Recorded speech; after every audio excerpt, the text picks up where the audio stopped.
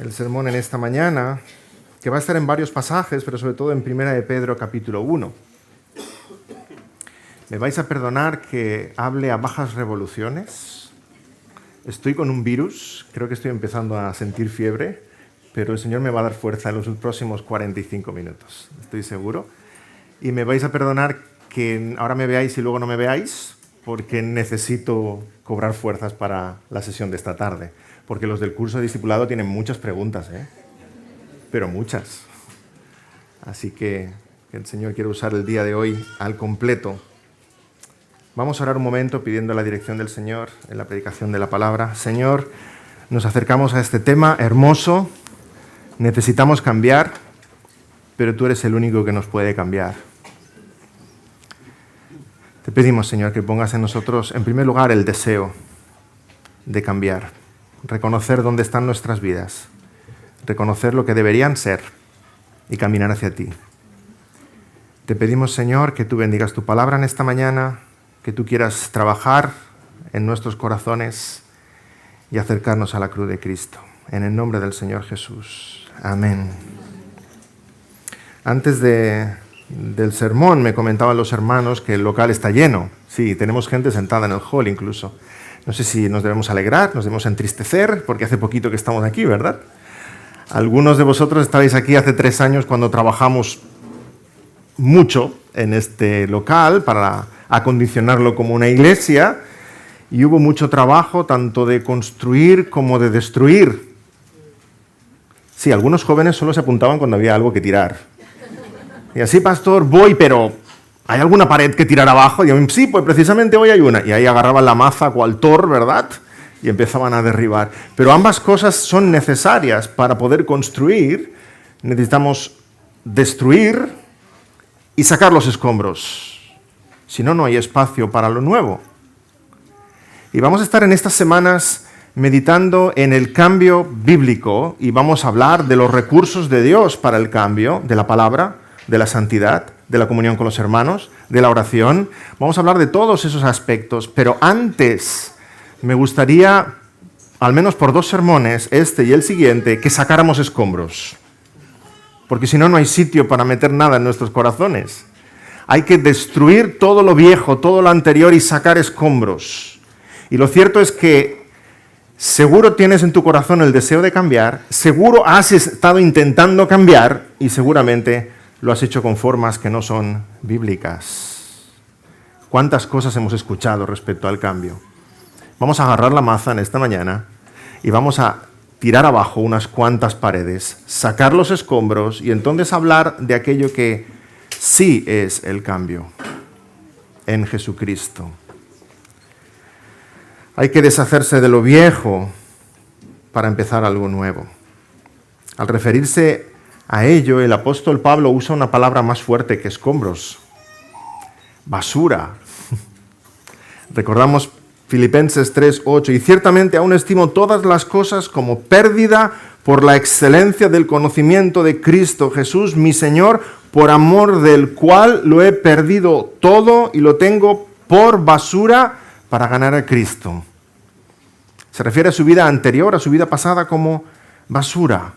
Y tal vez estés pensando, sí, David, pero Pablo se refiere aquí a la salvación eterna. Había intentado salvarse mediante obras y ahora se da cuenta de que no. Entonces toda su vida de fariseo la deja a un lado y se abraza a la cruz de Cristo. Está hablando de la salvación eterna. No, hermano, está hablando de la salvación eterna y de la salvación presente. Porque cada día Dios nos está salvando, ¿o no?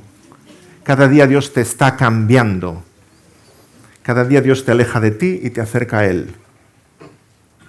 Por tanto, hemos de sacar la basura, hemos de sacar los escombros, nos hemos de deshacer de ellos, también en cuanto a nuestra santificación. ¿Cómo has estado intentando cambiar?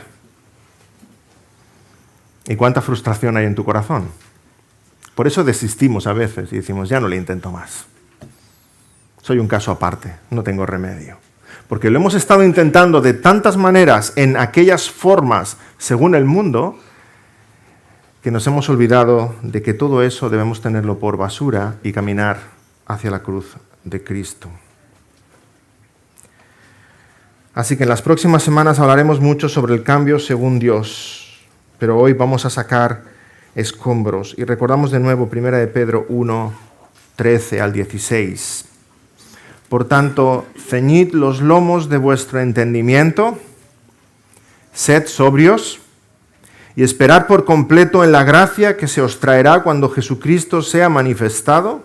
Como hijos obedientes, no os conforméis a los deseos que antes teníais estando en vuestra ignorancia, sino como aquel que os llamó es santo, sed también vosotros santos en toda vuestra manera de vivir, porque escrito está, sed santos, porque yo soy santo.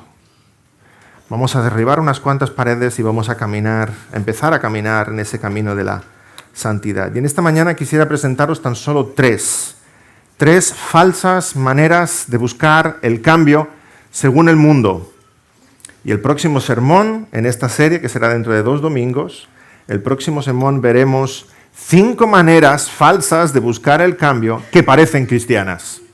O sea que primero vamos a ir fuera, lo que el mundo dice respecto al cambio, y en el siguiente sermón hablaremos de aquellas formas de cambiar que tienen apariencia cristiana, pero no lo son.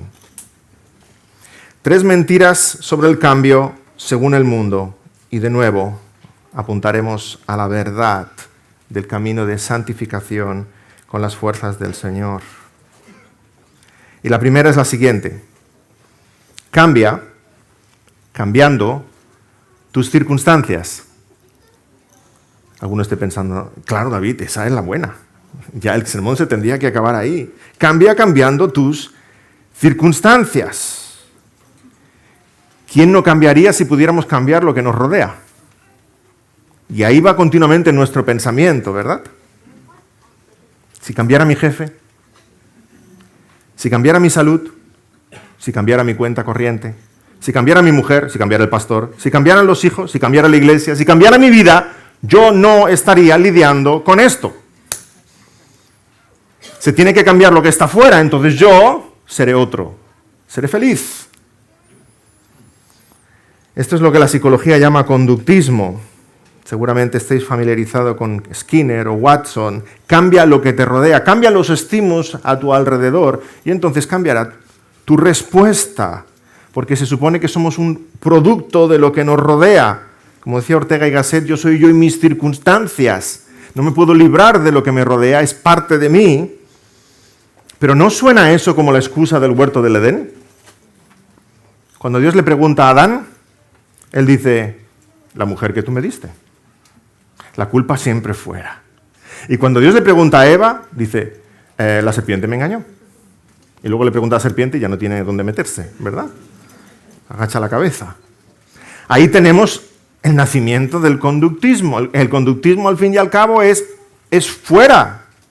Es lo otro que tiene que cambiar. No necesariamente yo. Yo no tengo por qué cambiar. El problema está fuera. Sí, me enfado mucho, es verdad, pero mira cómo me hablas. Es verdad que bebo demasiado, pero es que no encuentro trabajo. Y si no, mira cómo los niños expresan sus éxitos y fracasos en el colegio. ¿Qué tal te fue el examen, cariño? He aprobado. Ahora, si va mal, ¿qué tal el examen, cariño? Me han suspendido. Conductismo puro. El problema está fuera. Si fuera por mí, todo iría muy bien. El problema está fuera. Nos encanta echar la culpa fuera. La culpa es del gobierno, la culpa es de la iglesia, la culpa es de la escuela, la culpa es de la economía, la culpa es del clima, la culpa es del jefe, la culpa es del profe, la culpa es de los ovnis. Da igual, hay que echar la culpa a quien sea y nos inventamos lo que sea. Mientras no sea culpa mía. Mientras no esté en mí la responsabilidad del cambio. Pero es fácil de desbancar esta perspectiva. En primer lugar, esa relación causa-efecto no es cierto. Tal vez es cierto para los ratoncitos de laboratorio. Le pones un azucarillo o cualquier cosa y no se pueden resistir. Pero no es cierto para los seres humanos. Nosotros podemos obrar a pesar de las circunstancias. Y tenemos cantidad de ejemplos. Las circunstancias no nos obligan. Las circunstancias no nos determinan, las circunstancias no nos condicionan. Este sermón es un ejemplo de ello. El sermón es el mismo para todos, pero todos vais a reaccionar de diferente manera delante de él. Unos vais a escuchar y poner en práctica, a unos os va a entrar por una oreja, os va a salir por la otra, y otros os estáis durmiendo. Mismo estímulo, respuestas diferentes. Pero aún más, esta perspectiva es falsa, lo que necesita cambiar es lo de fuera, porque si fuera cierta, el perfecto contexto daría respuestas perfectas. Y no hubo nada más perfecto en el paraíso. En el paraíso todo era perfecto. Y Adán y Eva, siendo libres, respondieron mal. Y viceversa, también se puede responder bien en medio de las circunstancias más inhóspitas. ¿Recordáis a Job? Perdió sus hijos, perdió sus bienes, perdió su salud. Incluso su esposa le decía, maldice a Dios y muérete. Y Job se mantuvo íntegro delante de Dios, respondiendo en fe, a pesar de su contexto, a pesar de sus circunstancias. Pero Satanás sabe que esto es un arma muy poderosa, nos tienta a culpar fuera y a pensar que fuera está la solución. Se acerca al Señor Jesús en la tentación y le dice, convierte esa piedra en pan. Y hoy día ese convierte la piedra en pan tiene muchas formas para nosotros, muy sutiles. No es culpa del ambiente. Si esta ha sido tu respuesta, si este ha sido tu pensamiento durante años, necesito cambiar, pero es que necesito cambiar. Si no fuera por... Si esta ha sido tu respuesta durante años, agarra la maza, rompe la pared y saca los escombros. Porque puedes responder de forma santa, piadosa, como agrada al Señor, a pesar de las circunstancias en las que estás. Deja de echarle la culpa a todo el mundo. El problema eres tú. El que tiene que cambiar eres tú. Enfrenta el reto de hacer lo correcto en el lugar en el que estás, en medio de lo que estás viviendo. Porque si sigues mirando a tu alrededor, no vas a cambiar, porque tú no puedes cambiar lo que hay fuera. Y tan solo tu corazón se va a llenar de amargura hacia todos los demás que te están fastidiando la vida. Una de las evidencias más grandes de que pensamos así, de que el contexto tiene la culpa, es ese sentimiento que a veces todos hemos tenido. En uno u otro momento, me voy. No vamos a hacer terapia de grupo aquí, porque levantaríais muchos la mano. ¿Cuántos habéis pensado, me voy? No soporto este trabajo, me voy. No soporto esta familia, me voy. No soporto este matrimonio, me voy. No soporto este país, me voy. No soporto, me voy. Pero es lo mismo que pensó el hijo pródigo, me voy. Y se fue con mucho dinero para poder construir su mundo a su medida. Y pronto se vio en la pocilga mendigando algarrobas. Y se dio cuenta de que el problema no era su padre, no era la casa del padre, no era su hermano, no era su vida. El problema era él. Su falta de contentamiento, su ingratitud, su rebeldía, su orgullo. Era él el que tenía que cambiar, no el contexto. Así que deja de desear que todo lo que te rodea, todo lo que te envuelve cambie. Deja de poner la excusa de Adán y Eva en el huerto del Edén y empezar a señalar a todas partes. Dios no quiere cambiar tus circunstancias. Dios está más interesado y más preocupado en cambiarte a ti en medio de tus circunstancias. Sea lo que sea que estés viviendo, busca el cambiar tú a la luz del Evangelio. Pero hay un segundo método de cambio, una segunda mentira que se nos ha vendido en el mundo respecto al cambio. Y es esta: cambia hurgando en tu pasado. Busca en tu pasado y entenderás por qué estás viviendo lo que estás viviendo. Muy psicoanalítico, ¿verdad? Muchos defienden esa idea de que somos lo que somos porque somos el producto de lo que hemos vivido. Y que algunas experiencias están escondidas en nuestro recuerdo y hay que ir allí como el que va a la trastienda y saca un baúl viejo y lo desempolva y empieza a hurgar en las cosas escondidas del corazón y de los recuerdos. La creencia de que soy lo que soy por mi pasado también es muy popular, pero es falsa. Te mete en un pozo de victimismo. Tú no eres lo que eres por tu pasado. Tú puedes cambiar a pesar de tu pasado, a pesar de tu historia. Mirar al pasado solo te conduce a un pozo de desesperación, porque si lo que estás viviendo es culpa del pasado, ¿quién puede cambiar el pasado? Ahí nos quedamos atascados. Y es un pozo de profunda amargura. Mira lo que me hicieron. Mira lo que me hicieron. Por eso estoy sufriendo lo que estoy sufriendo. Mira lo que me hicieron. Desesperación, amargura y rencor. Y creedme que a veces puede ser una excusa muy poderosa. Mirar atrás, mirar al pasado y agarrarse al pasado para echarle la culpa al pasado es una excusa fantástica para no cambiar. Para no querer cambiar. No puedo cambiar porque mira lo que me pasó. Es doloroso. Pero ese fatalismo también es falso. Si has estado pensando a lo largo de tu vida también en estos términos, derriba esos falsos argumentos, saca los escombros de tu vida. Puede que hayas vivido cosas terribles en tu historia. Malos tratos, abusos, engaños, infidelidades, mentiras, abandono, estafa, violencia. Pero tus experiencias pasadas no te controlan a ti. No eres una víctima del pasado. ¿Quieres un ejemplo? ¿Conocéis la historia de José? Ay, si José se hubiera anclado en el pasado. José perdió a su madre Raquel cuando aún era un muchacho.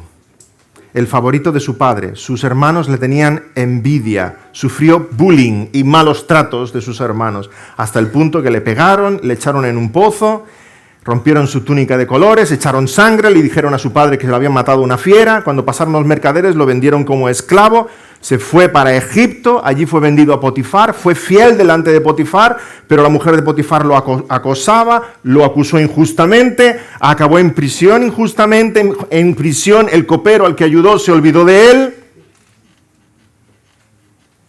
Qué bonito pasado. José tenía excusa para haber reaccionado como te pudieras imaginar. Según el mundo, José podría haber sufrido de depresión toda su vida. Podría haber sido esclavo de la ansiedad crónica y tomar pastillas el resto de su historia. Podría haber desarrollado fobia social por los daños causados en su juventud. Podría haberse suicidado en prisión al verse abandonado por todos. Podría haber caído en pecado con la mujer de Potifar, excusándose en su falta de afecto y un complejo de Edipo no resuelto por la muerte de su madre en su juventud. Podría haber sufrido de agorafobia por el temor a lo imprevisto. Podría haber sufrido de claustrofobia después de tanto tiempo metido en una celda. Podía haber sido esclavo del rencor toda su vida, o simplemente dar rienda suelta a la ira y a sus deseos de venganza, y al ver que tenía todo el poder en sus manos como primer ministro, y ver que delante de él traían a los culpables, haber cortado cabezas. Mujer de Potifar, ven para acá. El copero, sí, tú te vas a acordar de mí, que le corten la cabeza. Mis hermanos, ahora mis hermanos vienen buscando comida a Egipto. Bien, esta es la mía. Que les corte la cabeza a todos. Este hubiera sido un José esclavo de su pasado, pero no es el José que tenemos en la Biblia. Y si José no fue esclavo de su pasado, créeme, tú tampoco tienes por qué ser esclavo de tu pasado. A pesar de su pasado traumático, que puedes encontrar aquí casi todo, José brilló en medio de la oscuridad y fue un referente de testimonio y miró al cielo. Vivió coram Deo, esperando en el Señor, no en los hombres. Y cuando sus hermanos vinieron a Egipto a por alimento, a José le embargó la emoción. Dice el texto que tuvo que salir para llorar a gritos.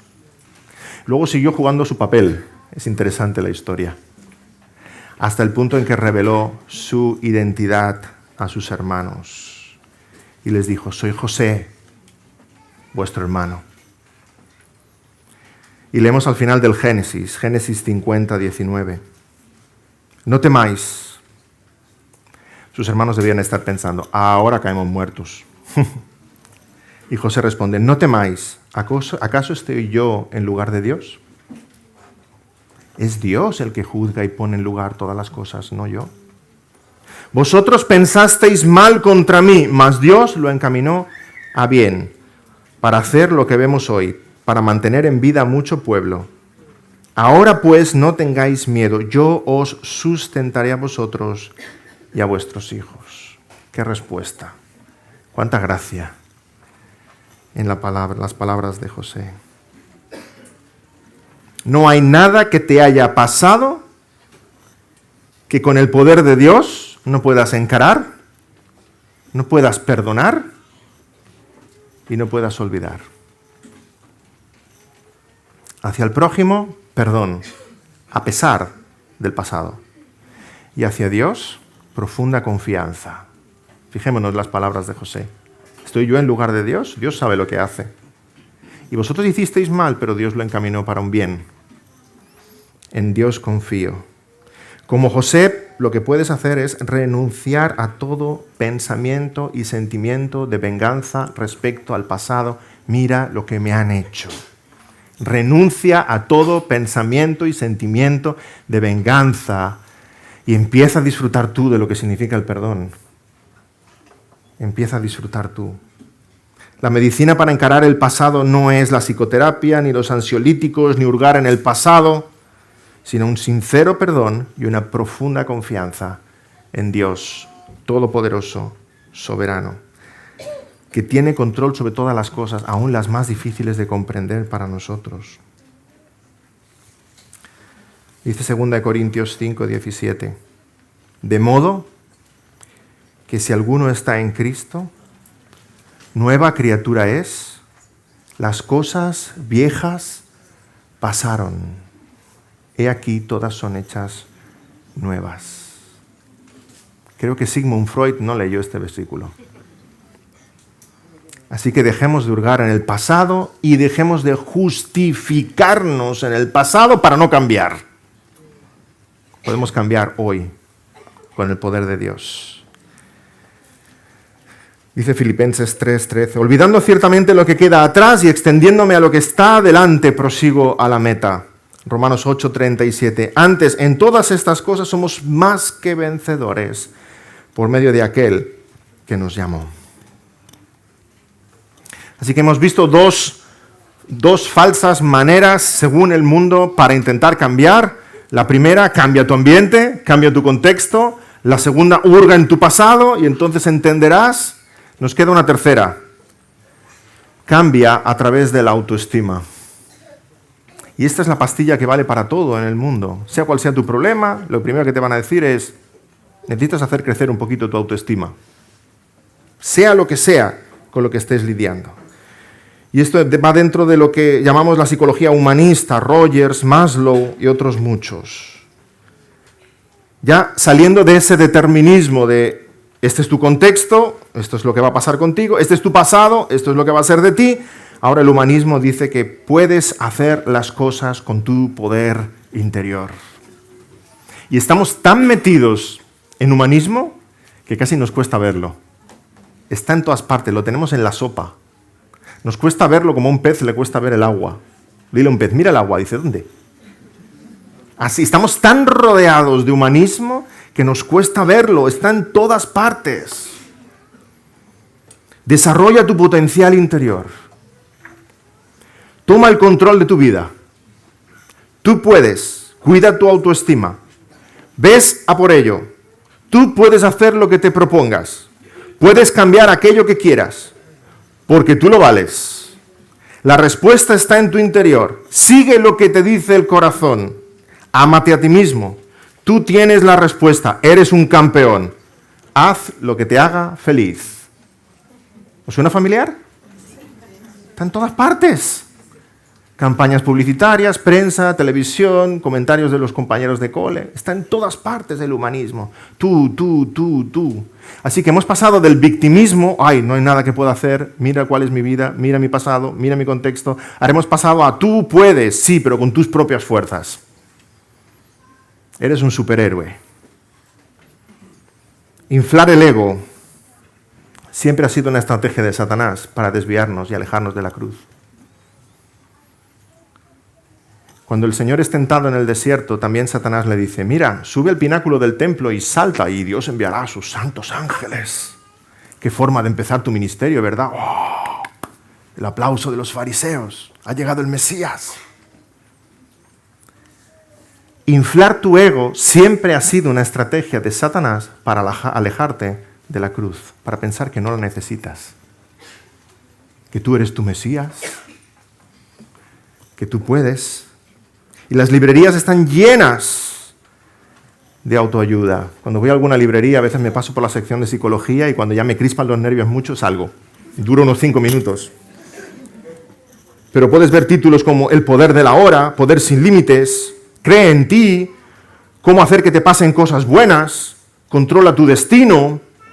Y tristemente mucho de todo eso se ha metido en círculos cristianos evangélicos. Por poner un ejemplo, Joel Osteen.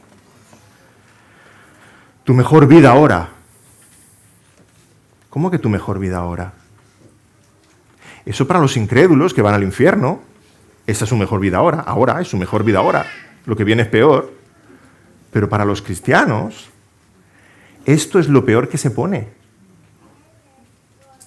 Tu peor vida ahora. Los cristianos decimos tu peor vida ahora. Lo que me espera, Señor. Esto es lo más cercano, citando a Jonathan Edwards, esto es lo más cercano al infierno que vamos a sentir. Pero esto es lo más cercano al cielo que los incrédulos van a sentir. Todo ese pensamiento positivo, autoayuda, etc. Nos recuerda las palabras del apóstol Pablo en Colosenses 2:8. Mirad que nadie os engañe por medio de filosofías y huecas sutilezas, según las tradiciones de los hombres, conforme a los rudimentos del mundo y no según Cristo. Filosofías humanas que inflan el ego en vez de Cristo. Es el camino de la cruz, el nuestro. El hombre, en efecto, es responsable. Si algo tuviéramos que decir que está bien en esta corriente de la autoestima es que el hombre es responsable de sus actos. Pero el problema es que rinde cuentas delante de sí mismo. O sea, Él es su Dios. Él es su ley. Él es su amo. Él es su Señor. Mientras que el cambio verdadero en la vida del cristiano debe ser bajo la mirada del Señor. El humanismo nos empuja a hacer las cosas por nosotros mismos, siguiendo nuestro criterio. La palabra de Dios dice, engañoso es el corazón más que todas las cosas y perverso. ¿Quién lo conocerá? ¿Y tú estás confiando en tu corazón? El mundo dice, haz lo que te dicte el corazón. Tú como cristiano tienes que decir, no voy a hacer lo que me dicte el corazón. Voy a hacer lo que me dicte la palabra. Porque estoy perdido si sigo mi corazón. Mi corazón es mentiroso. Mentiroso no quiere decir que mienta a los otros. Mentiroso quiere decir que me miente a mí. Fabrica mentiras que yo me creo. Y estoy tan convencido de ello. ¿No te ha pasado alguna vez? A ver si es una experiencia solamente mía. ¿No te ha pasado alguna vez que todo el mundo está en tu contra? ¿Y que tú tienes la razón? ¿Toda la razón? ¿Y todos los demás están equivocados? ¿Os ha pasado alguna vez o solo me ha pasado a mí? Pero no puede ser cierto, ¿verdad? Y más si estamos en desacuerdo tú y yo. No puede ser que tú tengas toda la razón y que yo tenga toda la razón. Pero ese sentimiento nos lo hace creer nuestro corazón. Estás haciendo lo correcto. Tienes razón. Crees que eres bueno, crees que eres sabio, crees que tienes la respuesta, crees que eres bueno, requete bueno. pero estás requete equivocado. En vez de reconocer la verdad que sí está en la palabra de Dios. El hombre se endiosa, se pone a sí mismo por encima de todas las cosas. Y esa filosofía de autoayuda y autoestima tiene tanto éxito porque hace creer al hombre en sus delitos y pecados que él es su propio Dios. Puede tener fe en sí mismo. Cuando oímos esta expresión en el mundo, no tiene nada que ver cuando la pronunciamos aquí en la iglesia, ¿verdad? Ten fe. ¿Os habéis fijado? Cuando se usa fuera, ten fe, ¿a qué se refiere? Ten fe en ti. Ten fe en tus posibilidades. Ten fe en que va a ir bien. Ten fe en que al final vas a poder. Eso quiere decir ten fe. Cuando nosotros decimos ten fe, no significa nada de todo eso. Significa ten fe en el Señor, en su poder, en su sabiduría, en su capacidad. Sigue el diablo tentándonos y engañándonos con la misma mentira que dijo Adán y Eva. Si coméis de este fruto, seréis como Dios. Seréis como Dios. Créeme, no necesitas hacer crecer tu autoestima. Necesitas negarte a ti mismo y crecer en Cristo estima. Amar más a Cristo. No necesitas escuchar tu corazón. Necesitas escuchar la palabra de Dios y necesitas escuchar los consejeros sabios que el Señor ha puesto a tu alrededor. No necesitas autoayuda, necesitas Cristo ayuda, que encontrarás en la palabra y en la iglesia del Señor. Y está tan de moda decirle a la gente, has de crecer en tu autoestima para buscar el cambio. Pero no lo creas, lo cierto es que nosotros todos tenemos muy bien nuestra autoestima. Nos amamos a nosotros mismos. Es lo que dice la palabra de Dios, no me lo invento yo. ¿Cuáles son los dos grandes mandamientos? No os pongo examen, no.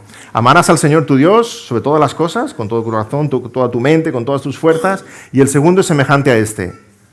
Amarás a tu prójimo como a ti mismo.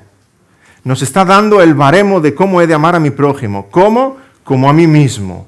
Y en algunos círculos tristemente evangélicos se tuerce tanto la Biblia que dicen, ¿ves? Me tengo que amar a mí mismo para poder amar a mi prójimo. ¿Cómo qué? Aquí no hay 3 mandamientos. Ama a Dios sobre todas las cosas, ama a tu prójimo y ámate a ti mismo. No hay 3 mandamientos, hay 2.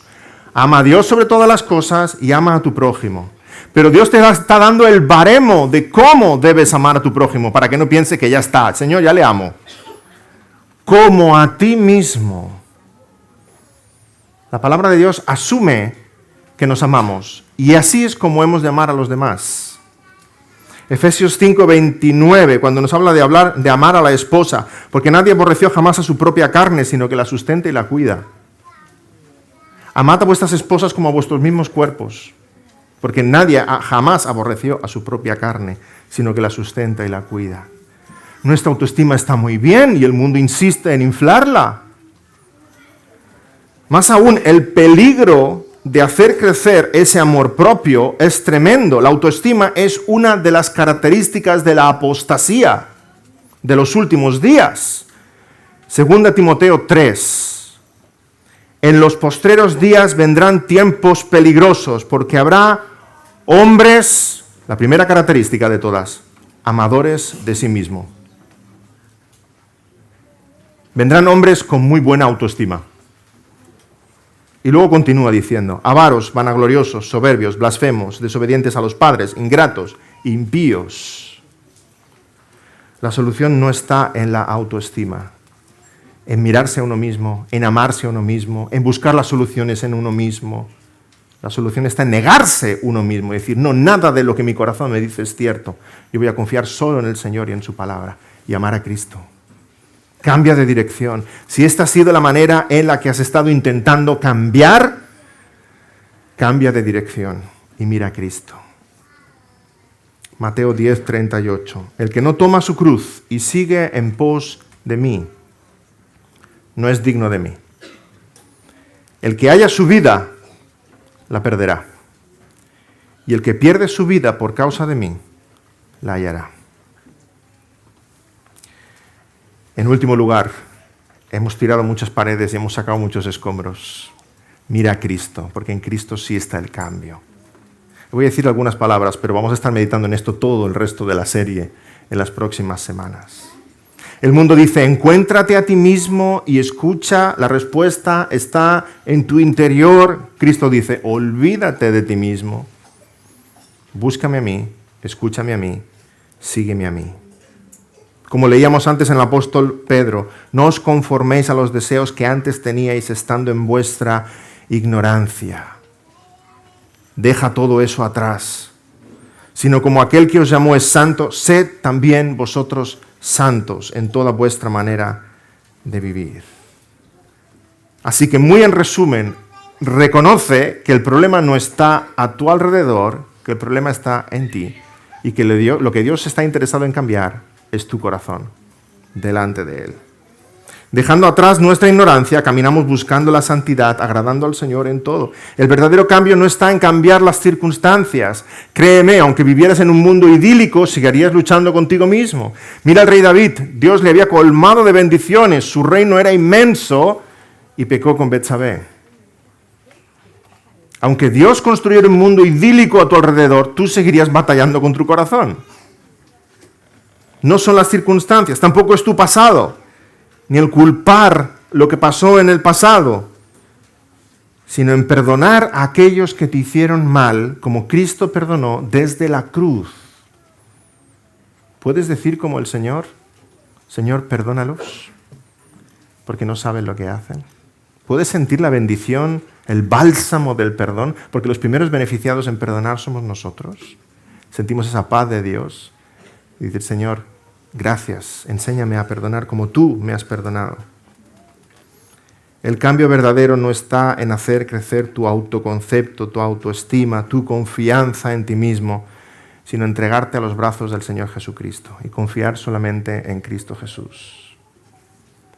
Es en Cristo Jesús que somos sabios. Es en Cristo Jesús que somos nuevas criaturas.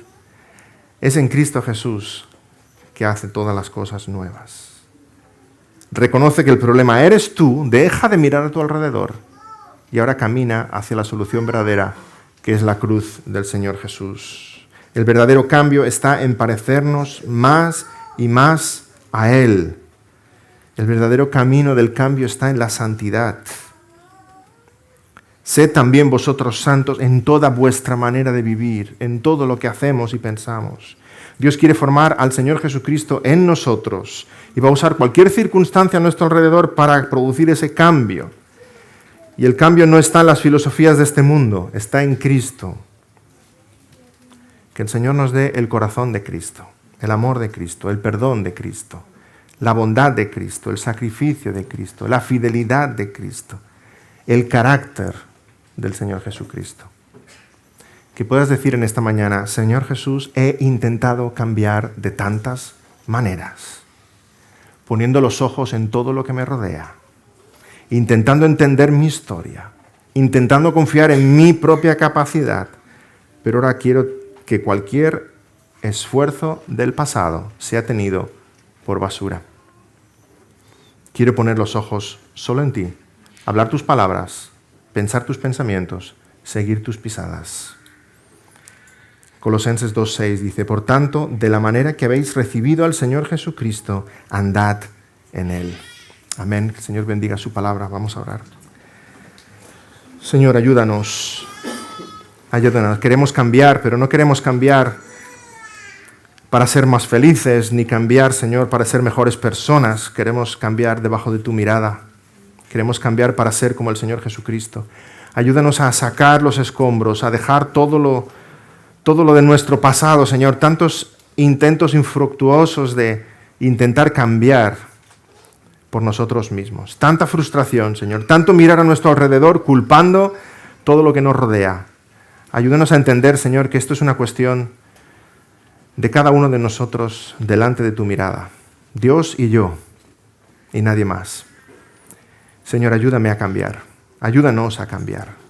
Danos las fuerzas que solamente se encuentran en ti y que, imitando al Señor Jesucristo, traigamos gloria a tu nombre.